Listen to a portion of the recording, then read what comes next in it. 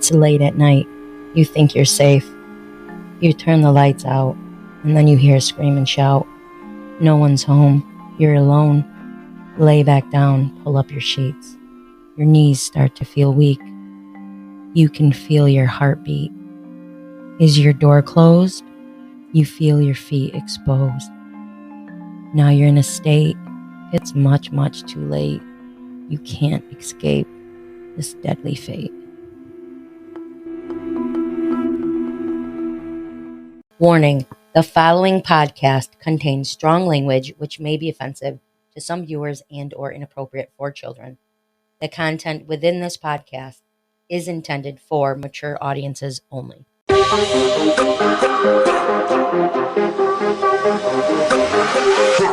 Welcome back, our wicked fiends. This is your paranormal shit.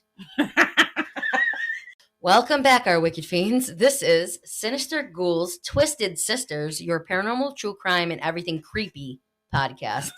I'm your host, Ghoulie Gonzo, and I'm here with my co-host, Jojo Ghoul. Hi, everybody. Hey. So, you guys really liked our vampire episode last week. It was fun. It was fun. I was having a good time. It was a good time. We are excited about today's episode. It's going to be our last, New Orleans themed type thing for now. Halloween time, I got some shit. So yeah, but right now we're gonna go into some more New Orleans stuff, and it's pretty interesting. It's pretty cool, and it's cool if you want to visit to know some of the stuff that we're gonna talk about. Yeah. So this week's gonna be a fun one, and we just really want to say again that we love that you guys love us. I think we're pretty cool. I think we're pretty funny. I love us. Yeah. We have a good time. Did you hear that? Oh. Speaking of being really cool. I'm drinking out of a Medieval Times cup. Yeah. That I got at Medieval Times in Myrtle Beach. I'm excited. She's excited. Yeah. They're like, why is she excited? We're not going. She just... No, not to Medieval Times. Welcome to Medieval Times. Yeah. We're going to the festival. Oh, we are. We are going to a Renaissance festival this upcoming weekend, and we're all dressing up. Yeah. Even Mom a little bit. Yep. Word. And I'm going to eat lots of cheese and grapes, and I'm going to drink wine, and I'm probably going to be hungover and sick and have diarrhea. First thing I did was look up the booze. There's wine slushies. There's a whole bunch of cool booze. It's better than what she's drinking right now. Oh, wait. Michelob. Fucking lobe. I don't think you told them what you were drinking, though. I cut you off. I'm sorry. I'm drinking, I don't know if you all remember, but if you go back to one of the beginning episodes, it's called A Girl's Night Out or A Wicked Night. I can't remember. Wicked Night Out. Much more fun than mine. Wicked Night Out. And let me explain what's in it, y'all. Oh, holy hell. It was like what was that last whoosh? I didn't hear that in the end before. It is a tequila, club soda. Yum. Lemon or lime juice. Yum. Like both, and cranberry juice. Ooh. And then ice. It's really refreshing. Like I said, it's really good. It is good. I love to add a tiny bit of orange juice, but I drank it all with tequila sunrises. Oh. Yeah, that's me. That scared me. I looked behind me. It's my nose. It's okay. Oh. I panicked. Oh, so with that being said, we're gonna go. Oh, time out. I think our freaking ad was on the beginning, you guys. Oh, is it going to go in the beginning? I think so. If it was, this is going to stay in. That, too, if everyone heard that, was Poopy Ghoul who read that. Yep. Poopy Ghoul read the whole ad, and then I finished it with a little review. Yep. So we hope you guys enjoy and check it out. And if you are looking to do podcasts or start any, definitely look at Spotify for podcasters. Oh, yeah, that's funny. Oh, shoot. All right, you guys. We're going to get into it. See you in a minute. Bye. Hi, guys. Hey. Hi, guys. Hey, what's up? Today, we're going to talk about, after Jojo Gold coughs out her lung. I have a problem when I choke on my spit. I can't help it. Yeah, she's not. Yeah, it's not. Has nothing else to do with anything else. I literally think it's because of I had 2 teeth pulled in the back, my 2 top molars. So I feel like I collect a little extra spit and then I choke on it. That's gross. That's gross. I know. I probably I have some teeth pulled in the back too, so don't worry about it. Makes me do that. Oh Oh my god. Anyways, today we're going back into New Orleans, guys, like I said. And we are going to be, as soon as I turn my computer, so everybody just hold fucking tight. You just stay right. Oh, hold on. So we're going to talk about Marie Catherine Laveau, September 10th, 1801 to June 15th, 1881. Wow. She was a Louisiana Creole practitioner of voodoo, herbalist, and midwife who was renowned in New Orleans. Her daughter, Marie Laveau, too, also practiced root work, conjure, Native American, and African spiritualism, as well as Louisiana voodoo, today's French Quarter. She's born in the French Quarter? Yeah. That's cool. She was born a free woman, too, which is pretty awesome. Yeah, that's wicked awesome. In Louisiana, September 10th, 1801. Her mother, Marguerite de Arcantel, was a free woman of color of African, European, and Native American ancestry. Oh, that's cool. Because Laveau's mother was not married at the time of her birth, her father was not identified on her, records, whatever. A possible candidate is Charles Laveau, the son of Charles Laveau Trudeau. Charles Laveau. These names are so crazy. Like, not crazy, they're cool. Marie Laveau, yeah. They're hard to pronounce. Yes. A white Louisiana Creole politician. Oh, he was a politician. He was a white Louisiana Creole politician. Other historians claim that Laveau's father was a free man of color named Charles Laveau. So that's kind of, people have their own opinions on that. There's no their evidence stories. Of who's who. It's a mystery. On August 4th, 1819, she married Jacques Paris, also known as Jacques Santiago in Spanish records. Yeah. He was a free man of color. Jacques was a part of a large white and Creole of color immigration of refugees to New Orleans in 1809, after the Haitian Revolution of 1791 to 1804. They had two daughters named Felicite in 1817 and Angèle in 1820. We looked up how to pronounce them, so I keep singing it like Angèle. The part Phantom of the Opera. I keep saying God. I can't not sing it, and I just realized I sang it. Phantom of the Opera. Anyways, so they had two daughters in 1820. Well, 1817 was Felicite, and 1820 was Angèle. Both disappeared from records in 1820s. Why? I have no idea. They died, I wonder. That's why I just laughed. You're gone. A wicked witch of the freaking. I like Anyways, the death of Jacques Paris was recorded in 1820. Following the reported death of her husband, Jacques Paris, she entered a domestic partnership with Christophe Dominique Dumini de Clampion. Ooh. I like the way you said it. I know, I don't know if that was right, but I said it good. It sounded good. It sounded real good. I believe you. Real good. He was a nobleman of French descent, with whom she lived until his death in 1855. They were reported to have 15 children. It's unclear. That includes children and grandchildren, but I don't think that would include, all combined. Yeah, I don't know. So let's see. They had 7 children according to birth and baptismal records. That's crazy. So hang tight and get ready. I know a lot of names. Francois Auguste Glampion, Marie Louise in quotes Caroline Glampion, Marie Angèle Paris, Celestin Albert Glampion, Archange Glampion, Felicite Paris, Marie Philomene Glampion, and Marie Heloise Ucharis Glampion. The only 2 children to survive into adulthood were daughters. The elder. What? Yeah. Really? Mm-hmm. That's sad. I know. The elder named. I know. The elder named Marie Ucharis Eloise Laveau, and the younger named Marie Philomene Glampion. So these names are they're so cool. I know. I wish I could pronounce them exactly. Yeah. I like the way you say it though. It's fun. Your whole body moves when you say it. Don't you feel like you have to? Marie Laveau is confirmed to have owned at least 7 slaves during her lifetime. Oh, that was a lot of tequila. Wait, let me taste it. The ice melt, you guys. Oh god, I didn't do my But beginning taste test. Do it. It's a taste the test. How's it? Oh, that's so much tequila. Oh, you guys, she's just being dramatic. She's lying. I mean, I don't hate it. It's just lots. tastes like I took a shot. Tequila. I just brought it in front of my mouth. During her life, Marie Laveau was known to have attended to prisoners who were sentenced to death. So what circulated around like rumors was that some of the prisoners would receive poisons or like other kind of substances before going to the gallows. So they didn't have to suffer. So like she supposedly would help them because they, didn't want to be electrocuted. Yeah, or wait, no, the gallows. So like beheadings or hanging. Oh shoot!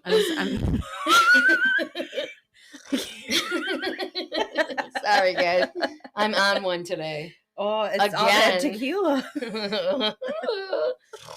Oh shit! The gallows. That was never proven. What was it? They just talked about it. They're like so rumors. that's like a rumor, but it was probably true. I wouldn't be surprised. I mean, yep. A reporter from New Orleans, Republican, detailed one visit in an article published on May 14th, 1871, in which he describes Marie Laveau as a, in quotes, devout and acceptable member of the Catholic Communion. Catholic Communion.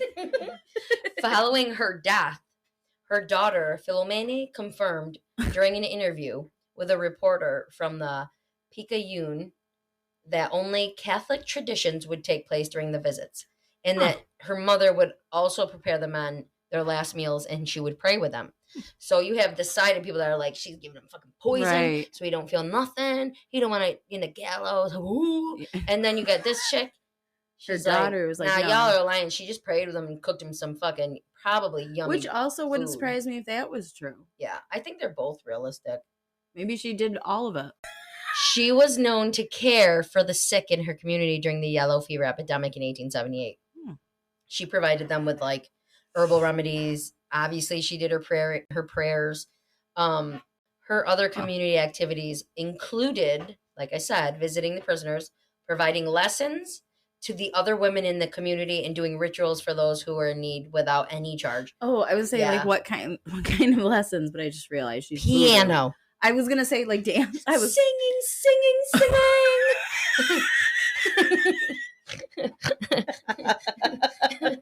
She didn't do singing lessons, y'all. Laveau started a beauty parlor where she was a hairdresser. Oh, so that part of American Horror Story was true. I was just gonna say pause on hairdresser. So we talked about the Covenant, right? Yeah, and it was season 3. My favorite. With Kathy Bates as mean old fucking Delphine Lily. Yes, she also, this woman Laveau, was in this show too. Yeah, and she was played by Angela Bassett, who is another beautiful. I love her. She's so great. She's really good, and I love her in that. Yes. Oh my god, I love her in How Stella got her groove back. I said How to Get a Groove Back. Yes. So JoJo Gold needs to get her groove back. Poo poo. Help her get a groove back. Help it. Go filter. Help it. So yeah, no, she's in that and she's awesome. And she plays Marie Laveau. So again, if you haven't watched it, you just should, because it's cool. It's just really cool. It's my favorite season. Yeah, and she like owned the freaking hair salon. Yeah, the hair salon. It was really fun. I didn't know that was true. I thought that was just like for the show, but that's so sick. Yeah, it's really cool. So she was a hairdresser for the wealthier families of New Orleans. She excelled at obtaining like inside information on all of these wealthy women patrons. Yeah. People tell their hairdressers everything. She would listen to the ladies gossiping. Or from their servants, whom she either paid or cured of mysterious ailments. She used this information during her voodoo consultations. She was a smart lady. So with the wealthy Orleanian women, she, to enhance her image as a clairvoyant and use this intel to give them, advice, whatever. So she's giving them like fake feedback. Yeah, this bitch got it down. She's smart. Yeah, and they got money, so take that, get that. Take that, get it. In her role as a voodoo practitioner, customers often appealed to Laveau for help with family disputes or finances, health, and a ton more. So Laveau performed her services in 3 main places: at her home, which is on St. Anne Street, within I forget you can go the to these square, places. It's so cool. and at the Lake Pontchartrain. Yep. She was the 3rd female leader of Voodoo in New Orleans. Her daughter, Marie Laveau, 2. You hear that? Marie Laveau, number 2. 2. I don't mean doo-doo. I mean the second Laveau. Okay? Marie Laveau, the second one, displayed more theatrical rubrics by holding public events, including inviting like attendees to St. John's Eve ritual on Bayou Street, St. John, which I'll tell you when that is towards the end of this. Towards the end of what? To the end of this episode. Okay. I was waiting for a date. We're not there yet. Yep. Of Laveau's magical career, there's a little that can be found, including whether or not she actually had a snake named Zombie. Zombie? Mm-hmm. Really? After an African god. Old Really? ass. People didn't. Mm-hmm. Old ass. Shit. Just saying, that's I a hope long I life. lived at 79. I know. Don't get on that subject or I'm going to have anxiety all night. Just drink more. I need another beer. I wonder if I know any sweet poopy pants will get it for me. Go get her Michelob Ultra. Oh, shit. She was listening to all those sounds earlier and I hit that one. She goes, oh, that's the Michelob sound. Yep, that's the Michelob sound, y'all. So on June 17th, 1881, it was announced in the Daily Picayune that Marie Laveau had died peacefully in her home. According to Louisiana Writers Project, her funeral was lavish and attended by a diverse audience. I can imagine. It was probably crazy. Dude, it was even including members of the white elite. Mm-hmm. Oh, shit. Yeah. Oral traditions state that she was seen by some people in town after her supposed demise. Yeah. That's why people say she's not dead. She's a witch. She's not dead. That's yes. okay. And that's but then some people said, and it made sense. Her daughter looked a lot like her, so they were like, maybe. But what if she's not dead? Oh, poopy pants and her bare ass behind us, you guys. Welcome to the full moon. It was last weekend. You're late. You're late. I was gonna say, what if she is a vampire? A vampire. She could be. Hey, added to our last episode with the Carter Bros. What is it? Wayne and Garth? Wayne and Garth. No, it was John and Wayne. John Wayne. Okay. I know. How did I not think of it that way? I know. Why would I? On June 17th, news of her death was featured in a number of newspapers, including the Staunton Spectator in Virginia, the Omaha Daily Bee in Nebraska, as well as several newspapers published in Minnesota. Minnesota? So they put it around the country. Yeah, she must have been doing some shit. This was big news. Yeah, she must have been doing a lot. Helping a lot of motherfuckers out. Was she or was she bad, I wonder? I don't know. The only thing I really read was she helps people, but I mean, who knows? I wonder. At least two of her daughters were named Marie, following the French Catholic tradition to have the first name of daughters be Marie. Was a thing they did? Or was it?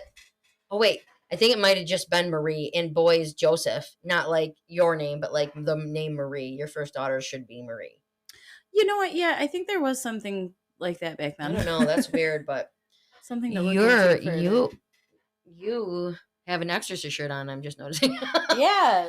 Woo! I'm in my pajamas. I'm going home to go to bed. I'm in my work clothes. I came home from work. Well, see, I put my pajamas on. She called them pajamas. Did I just say pajamas? She just fucking said pajamas. I'm done. This podcast is over. Oh, because she calls them pajamas, and I always go, nope. Pajamas. Nope, you guys, you can't say pajama. Listen, let me just stop for a second here. You cannot say pajama, and you can never say breakfast. Breakfast in pajamas, poo-poo. Pajamas, breakfast. Which I can't believe I just said pajamas. Not breakfast, y'all. Anyways, one of her daughters named Marie possibly assumed her position, that's what was said, with her name and carried on her magical practice, taking over as the queen soon before or right after her death. I mean, that could make sense. So a lot of people said they looked a lot alike, so that kind of could play the, Yeah. playing the "She's Still Alive." Yeah. Oh. Laveau's name and her history have been surrounded by legend and lore. She's generally believed to have been buried in plot 347. So this is pretty weird. In the family crypt in St. Louis Cemetery number 1, New Orleans, but this has been disputed by Robert Tallant, a journalist who used her as a character in his historical novels.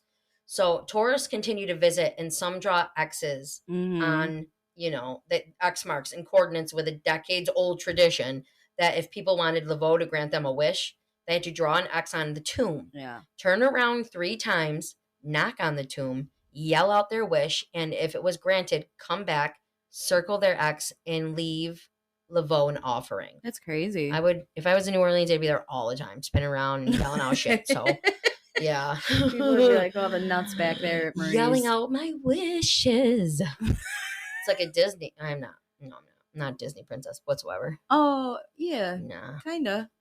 Nah. I am. I looked around like, a little bit. Yeah, we're princesses. I am. Aww. Esmeralda. I'll be Esmeralda. All right. I like Belle. Yeah. That suits us. Yeah. Pretty correct. In 1982, pretty correct. Pretty. New Jersey-based punk rock group, The Misfits, which are one of my faves, were arrested and accused of attempting to exhume Laveau from her grave. Really? After a local concert. The arrest took place in nearby cemetery. What the fuck? Number 2, and there are conflicting accounts about this specific incident, but that's fucking awesome. That's crazy. I don't condone breaking into anything like that, but the Misfits. Like, I wonder what made them be like, "Hey, I got a great idea. They're the fucking Misfits. Let's go desecrate a grave." Yeah, let's go. Pull her Were out. they even at the right grave, since they said she was in number 1? Listen, they don't really tell you where her real grave is, so people are just Xing, probably. That's where possibly. She's said to be buried. So, like, and when we went to New Orleans, we've done tours in this one a few times. I love it. I'll go every time I go. Yeah. And the grave that they're talking about, I straight up saw it. Took pictures, everything. There's X's all over. Are there any circled?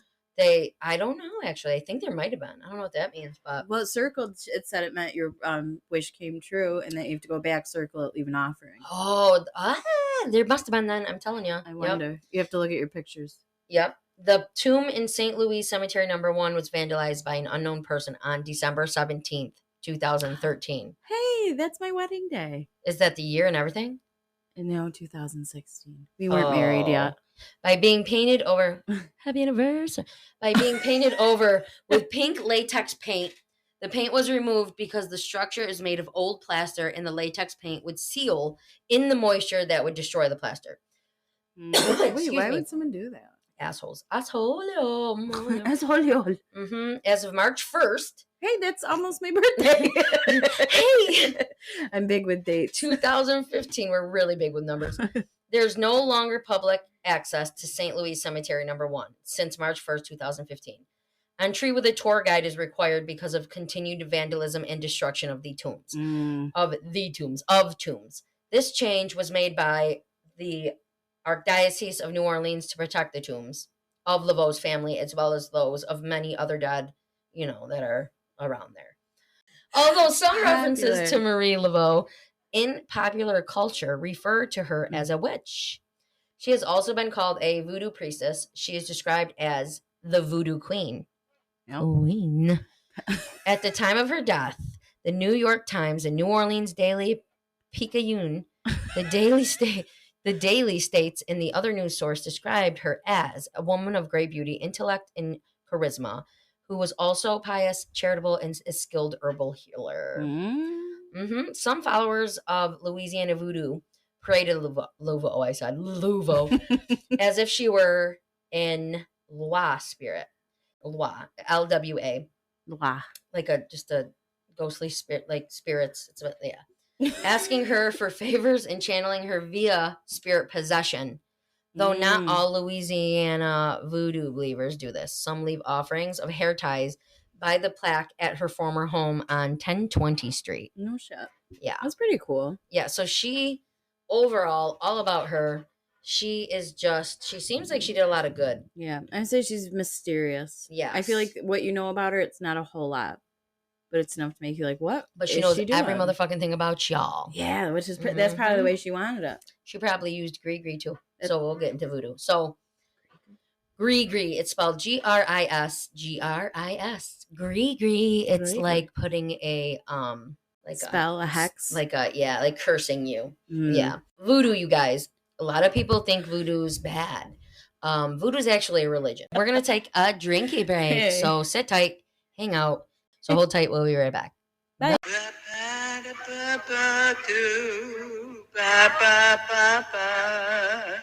Making a dream on this little boo brain. Da da ba da boo boo boo boo boo boo boo boo boo boo.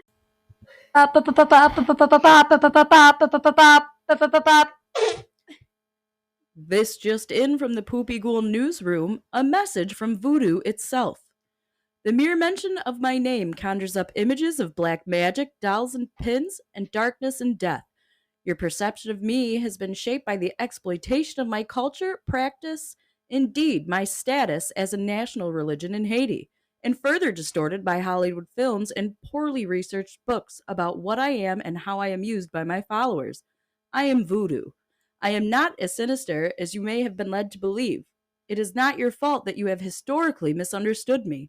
Like so many elements of Haitian culture, I have been twisted to serve a false narrative, to keep my island nation one of fear and mystery. While not everyone believes in my powers and my purpose, I can assure you that the very mention of my name stirs emotion. Do not be fooled. That which you might know as voodoo in New Orleans in a tourist trap on Bourbon Street or in a television production is not who I am. Who I am is practiced around the world and within Haiti. Those who control the forces of voodoo call themselves Hugan, male, or Mambo, female. We have the ability to call upon the ancestors and spirits, Iwa, to assist us with earthly needs. People say Haiti is 90% Catholic and 100% voodoo. This rings true to me. That's pretty dope.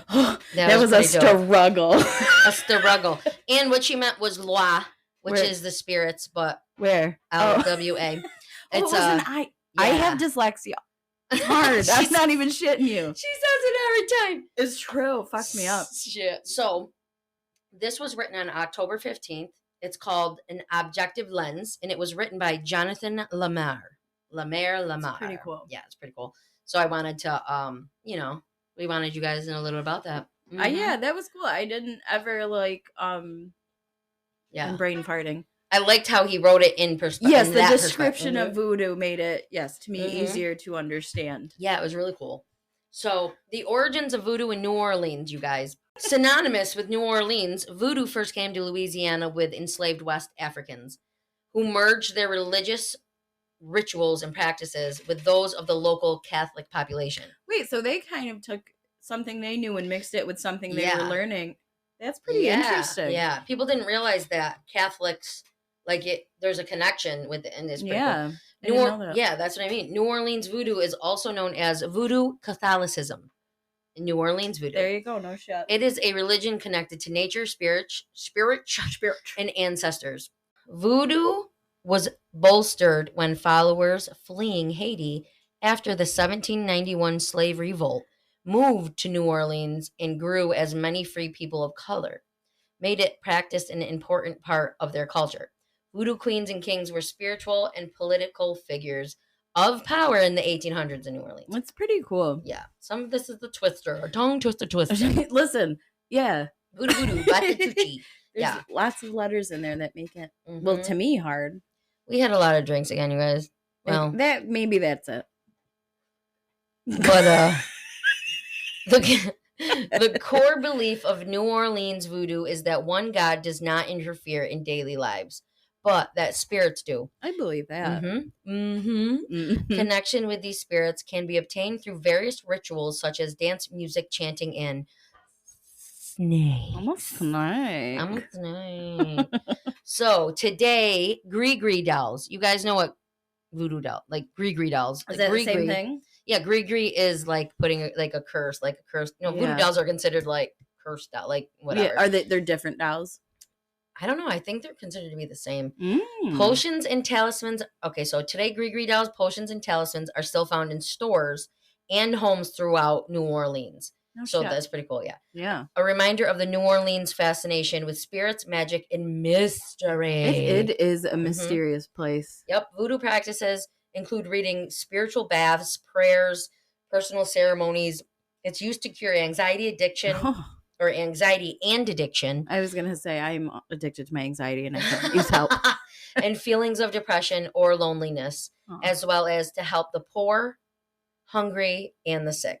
So it's good. Yeah. It's meant for good. Yeah. It's not bad, but it's got this stigma. It's got this whole... They said movies and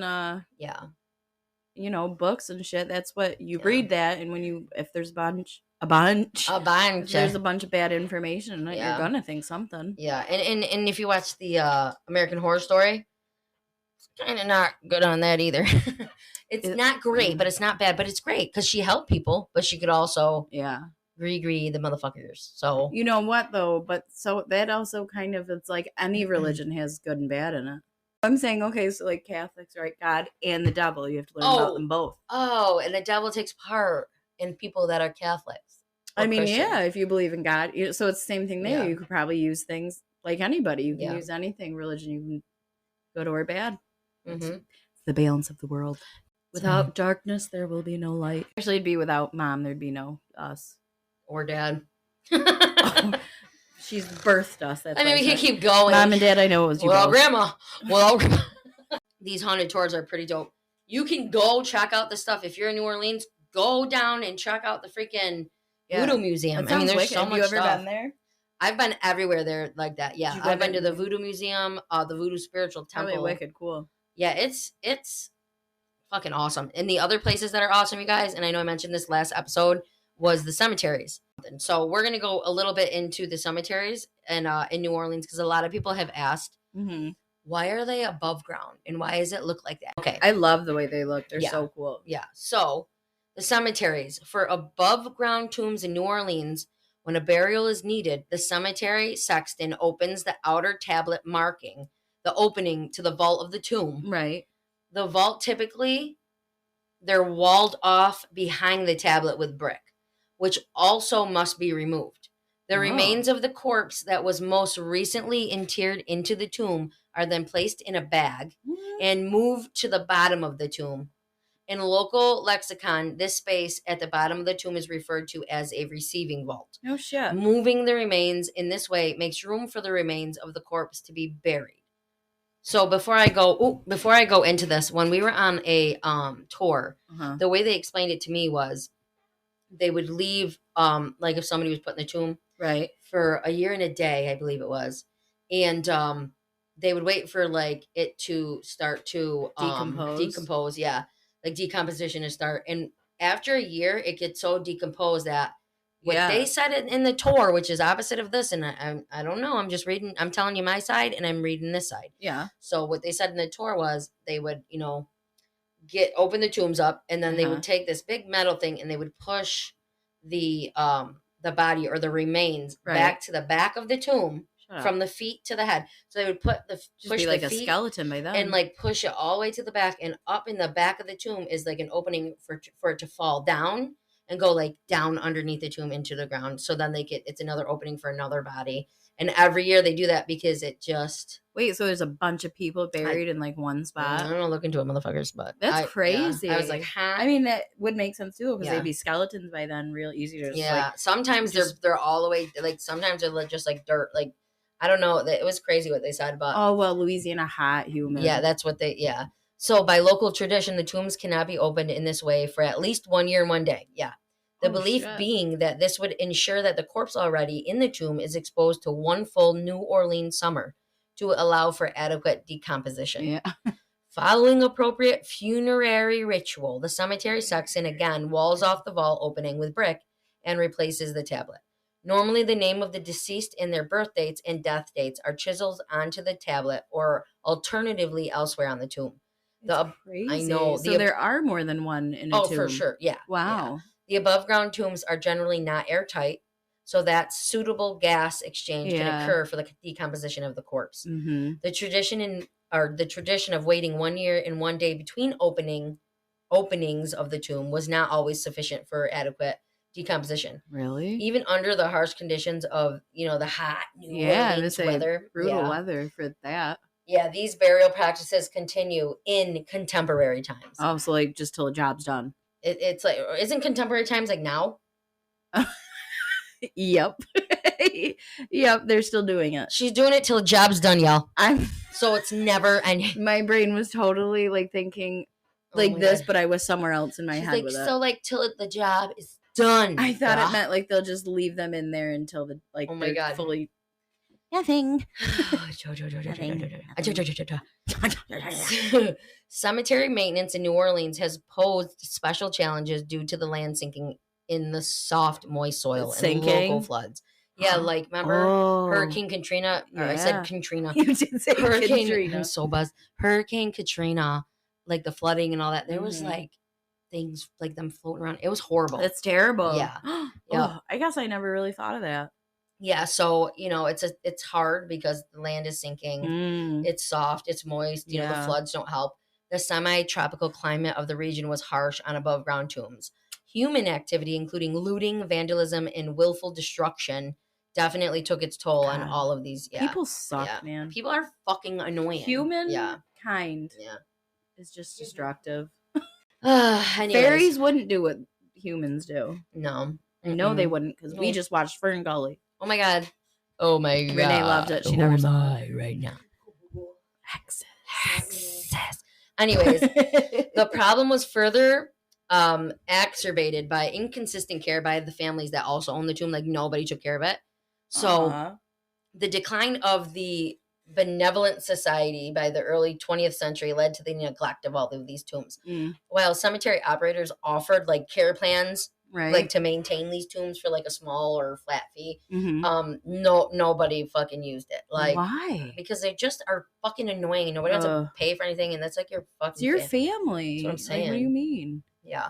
In addition to architectural aspects of New Orleans cemeteries, musical traditions have been part of laying the dead to rest in New Orleans. Oh, yeah. Their funeral parades or whatever. I don't know. There's probably a real name for them, but those are so awesome. By 1868, the Masons included showmanship as part of their funeral processions. That's what Poop just said to me. Procession. Yeah, in New Orleans. All Saint Day was also a festive event at New Orleans cemeteries in the later 19th century through the early 20th century. These festivals or festivities eventually extended to include jazz funerals, typically originating at a church and ending with musical performances in the cemetery itself. So cool story again, because I've been there, y'all know. So I was on Burgundy Street, or Burgundy.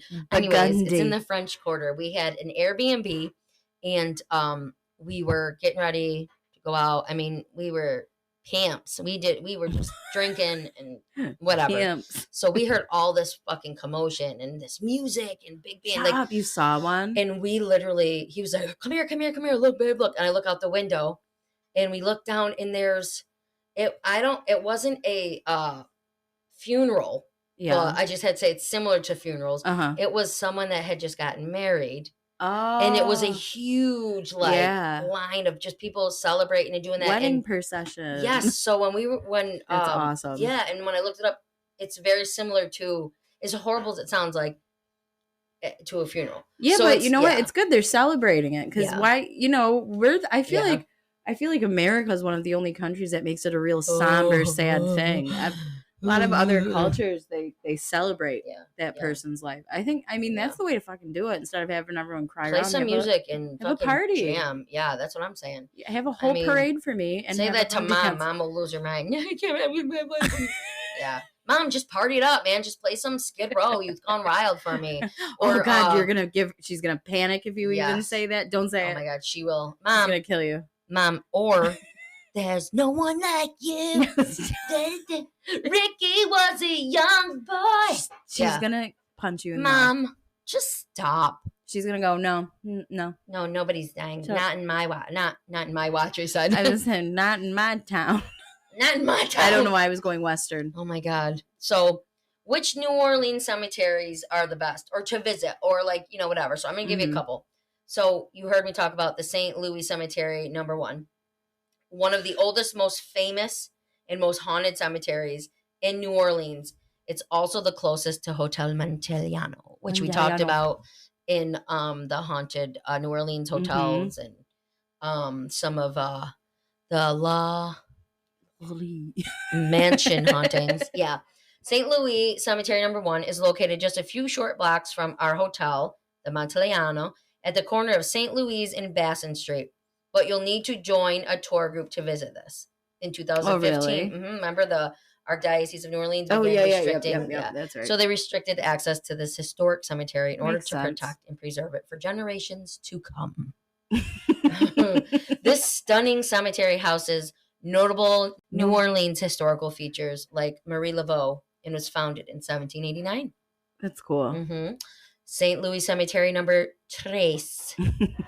This is another large and accessible cemetery in New Orleans. It's home to very elaborate and detailed tombs that will fascinate our architecture and history lovers. So this is more of like a really cute, pretty, like really something to see. So Lafayette Cemetery number 1 is the last one I'm going to give you guys. Let's see. Tucked away beneath the storied oak trees of the Garden District, Lafayette Cemetery number 1 has been featured in the 1999 movie Double Jeopardy. I love that movie. Yeah. As well as the novels of Anne Rice. Many of her characters, including the vampire Lestat. Love him. Yep. And the Mayfair Witches have fictional tombs in this cemetery. Wait, that's so cool. Right? I didn't know that. Located at Washington Avenue at Prytania Street, one of the entrances to the cemetery lies directly across from the iconic Commander's Palace restaurant. This cemetery is one of the safest and most well-kept burial grounds in New Orleans. And while tours are available, you can easily explore the cemetery on your own. That's really cool. Yeah. So it's a bummer because this is the Garden District. So the Garden District is not in the French Quarter. It's a little farther. But the French Quarter has a lot of the tours take you to St. Louis number 1 where Laveau, tombs, all that stuff. But this one, once I did the notes on this and I realized, holy shit, Double Jeopardy. I remember that I remember it too. I love that movie. So now I want to check that out when I go back again. Such a great movie. Yeah.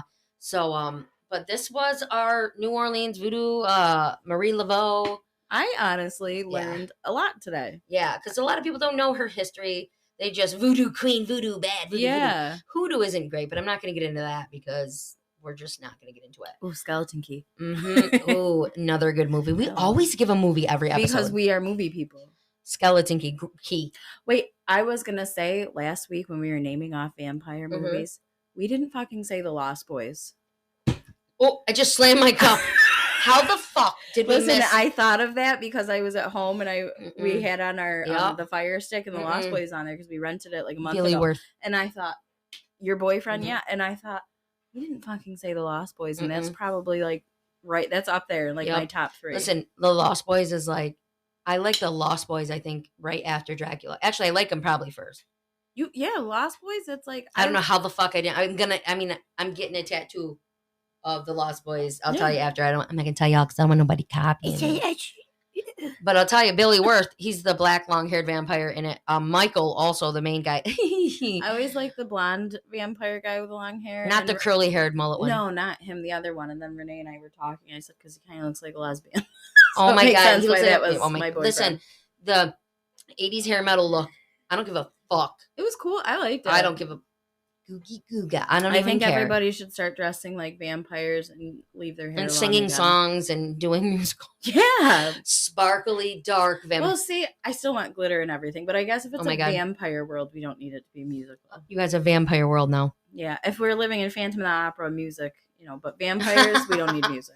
Oh my god, just classical music. That's freaking hilarious. That's how I feel. Okay, you guys. So next week we're gonna have a fun wine because we're gonna go to the Renaissance Festival and we're gonna try to find a cool ass bottle of wine. That's gonna get us fun. I can't wait to get pictures too. I love our outfits. Yes, we're gonna be dressed up. It's gonna be cool as shit. So okay, you guys, we are on, as you know, Spotify. We are on Pandora. We are on Amazon Music, Google Pod, iHeartRadio, Radio Public. Holy moly. We're still on Stitcher, y'all, till the end of the month. iHeartRadio. Yeah. So follow us on Instagram, Sinister Ghouls Podcast. Okay? Yeah. Follow us. Follow Like our us. shit. Follow us. Or join our group on Facebook. It's Yes. Sinister Ghouls Twisted Sisters. Yeah. I will approve you.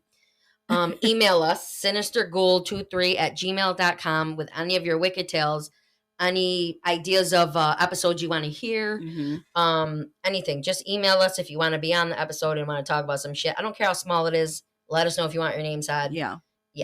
Listener support, anything helps, you guys. 99 cents, $4.99, and $9.99. I just saw on Facebook that Rolling Hills is doing movie nights. Really? Yes. What are they playing? So one movie night is going to be Hereditary.